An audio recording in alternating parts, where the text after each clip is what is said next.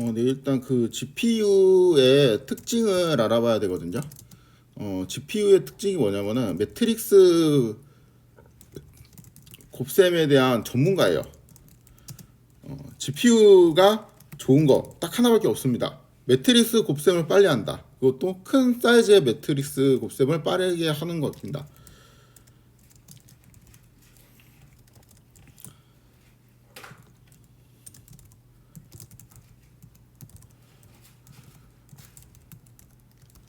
빠르게 하는 원리가 뭐냐?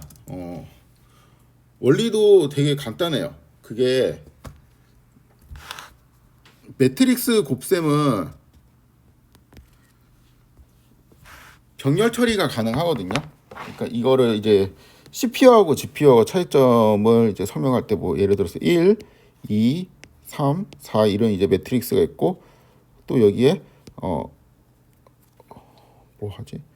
5, 6 이런 매트릭스의 곱함을 할 때는 여기에는 이제 1 곱하기 5 더하기 2 곱하기 4 이렇게 계산을 하고 여기는 3 곱하기 5 더하기 4 곱하기 6 요런 거를 이제 계산을 하잖아요. 그쵸?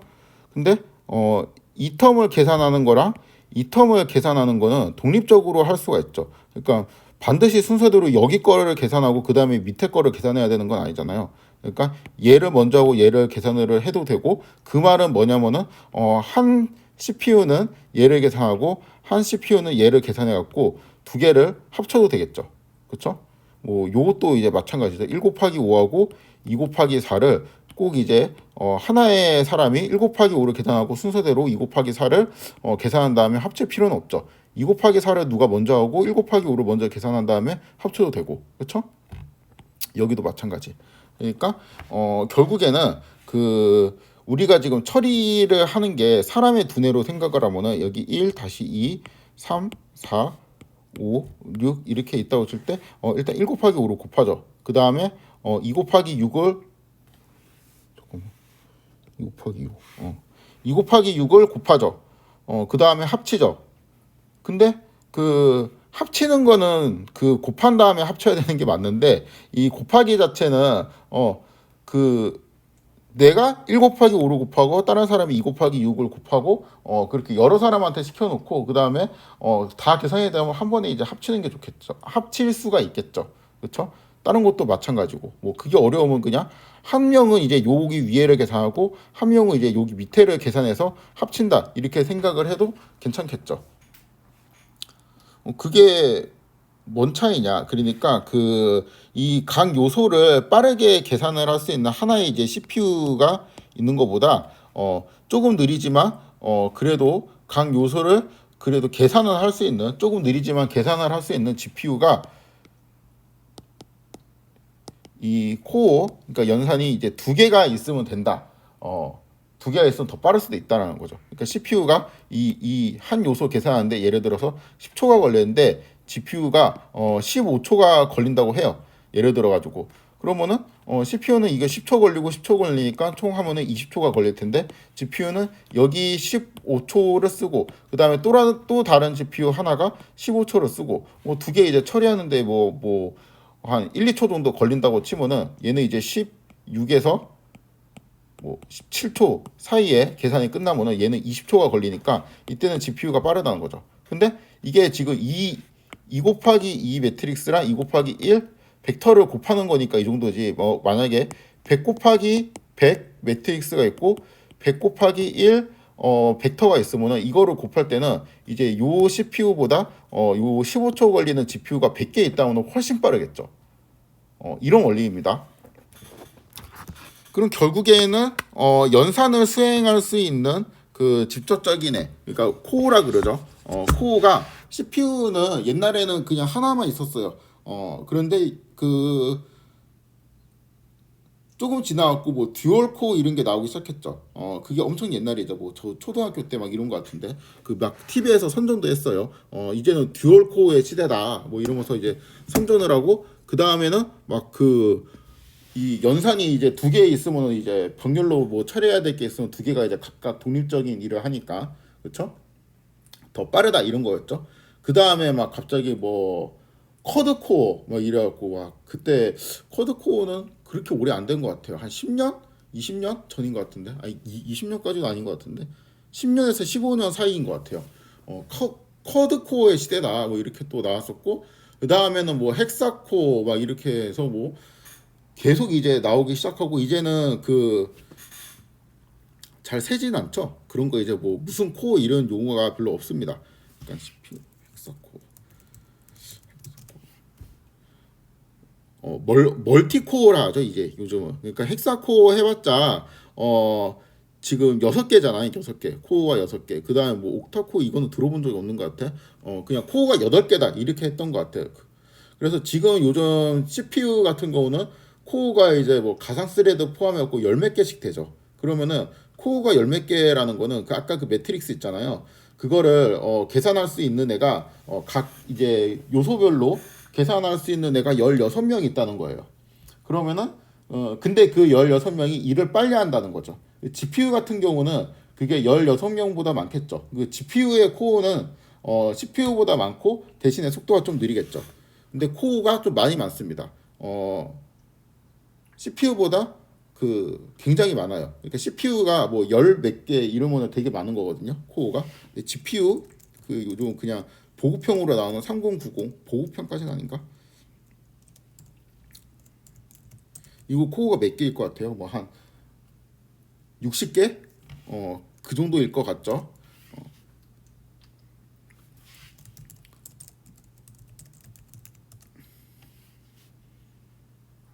자꾸 한국말이 나오지?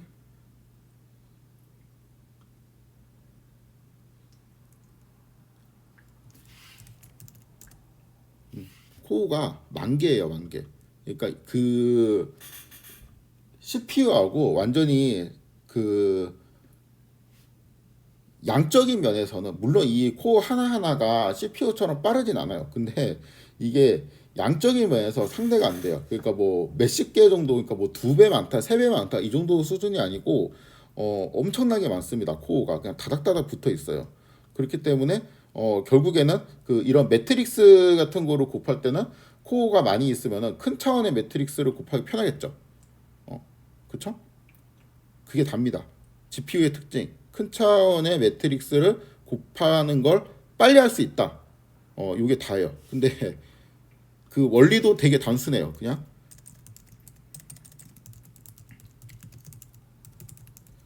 코어 숫자가 어마어마하죠. 그래서 GPU를 볼 때 코어가 많이 달려 있다 이러면은 그 매트릭스 연산을 빨리 할 수 있겠구나라고 생각을 할 수 있고 GPU에서 뭐 메모리가 많다 이러면은 그 연산 결과를 이제 저장해야 되니까 좀 더 이제 그 복잡한 모형을 돌릴 수가 있겠구나. 그러니까 복잡한 모형일수록 순전파를 계산하면서 나오는 그 층별 연산 저장해야 될 게 엄청 많아지겠죠. 그렇죠? 아무튼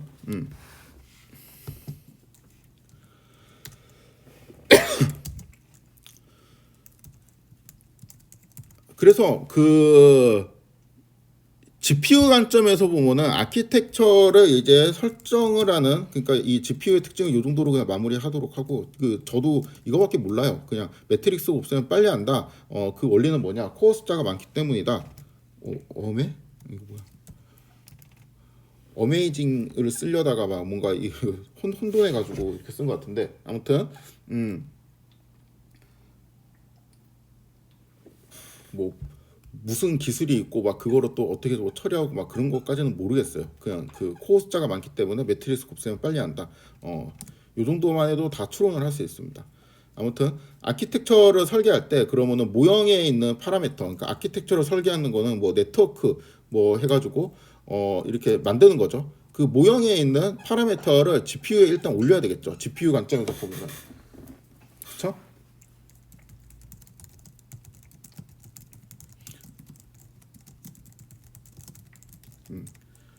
그 다음에 우리가 이제 순전파를 계산하는 과정이 있죠. 그러니까 GPU의 관점에서 딥러닝을 합습한다고 했을 때 GPU가 그 과정에서 정확하게 이제 어떠한 일을 하는지 한번 생각을 해보는 거예요.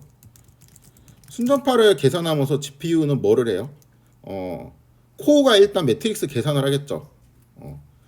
코어는 많으니까 어마어마하게 이제 빠른 속도로 계산을 하겠죠. 그리고 계산 결과를 다 모두 GPU 메모리에 저장을 해놔야 되겠죠. 그렇죠? GPU 메모리에 있어야지 GPU 코어를 이용해서 계산을 할 수가 있을 테니까. 그렇죠?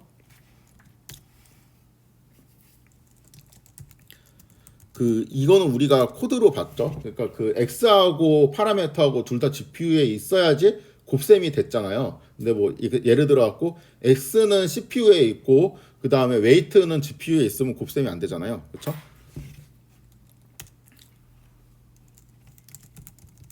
근데 순전파 계산을 위해서라면 그냥 한 번에 쭈쭈쭈 계산을 하고 그 다음에 그 중간 과정을 모두 이제 GPU 메모리에 저장할 필요는 없어요. 원래 이제 순전파만 계산을 한다고 치면은 그거는 그렇겠죠. 그냥 결과적으로 루스 하나만 이제 계산하면 되니까 물론 중간중간 계산을 할 때는 메모리에 저장을 해야지 계산이 되니까 저장을 하겠지만 그거를 그냥 계속 갖고 있을 필요는 없죠. 또 다른 게 있으면 또 다른 공간을 넣으면서 이 값을 또 비우고 이렇게 하면서 효율적으로 쓸 수 있는데 나중에 역전파를 계산할 때까지 생각을 한다면은 계산 결과를 그냥 다 기록해 놔야 돼요. 층별로.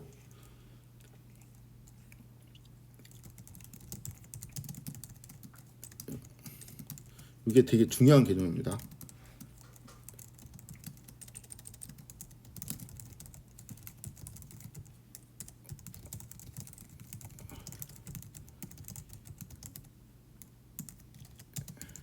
그리고 이제 요게 이제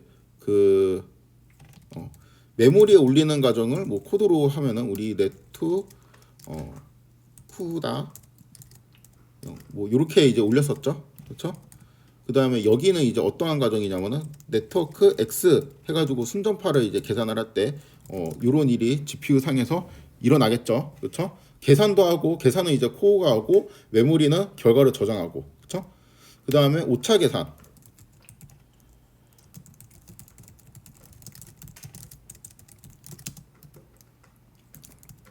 로스는 이제 이렇게 하는 부분이죠. 여기는 그냥 뭐 계산을 하면 되니까 뭐 딱히 언급할 건 없는 것 같고 GPU 관점에서 그쵸? 그 다음에는 미분을 해야 되겠죠. 그거를 역전파 계산이라고 이제 바꿔서 쓰도록 하겠습니다. 미분을 하는 과정인데 이게 순전파에서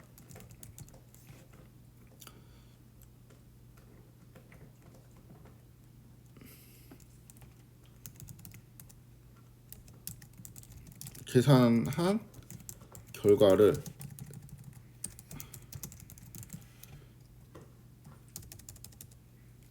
저장된 계산 결과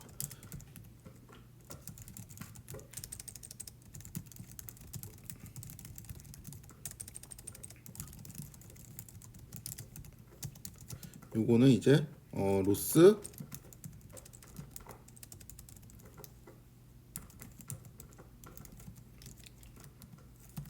요거를 하는 과정에서 일어나는 일이겠죠? 그렇죠? 자, 이제 한번 썼죠. 역전파까지 그 미분까지 계산하면은 이제는 이제 요거를 갖고 있을 필요가 없는 거죠. 그렇죠? 이제는 지워도 되죠.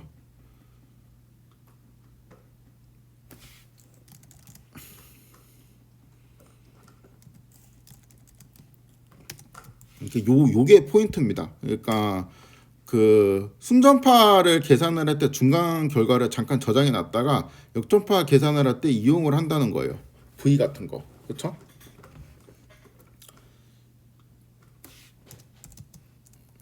그다음에 다음 이제 미분을 하면은 업데이트 옵티마이저가 이제 파라미터를 이제 업데이트하고 그다음에 다음은 이제 순전파를 계산하겠죠. 그러면은 이전의 값은 삭제해도 되죠.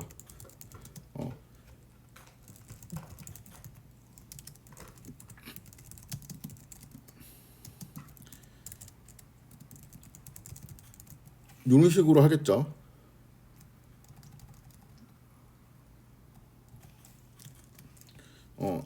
이전의 값을 삭제하지 않는다면은 매 폭이 돌아갈 때마다 GPU 메모리가 계속 점점 늘어나야 되는데 우리가 저번에 이제 학습할 때 제가 GPU 메모리 이제 보면서 학습한 주차도 있었잖아요. 그렇지는 않았죠. 그렇죠? 그리고 막 순간순간 잠깐 늘어났다가 줄어들었다가 뭐 이런 게 이제 저렇게 그 순전파에 있던 거를 잠깐 스킵해 놨다가 역전파 계산하고 그 다음에 여기에서 이제 날아가기 때문에 그런 거겠죠.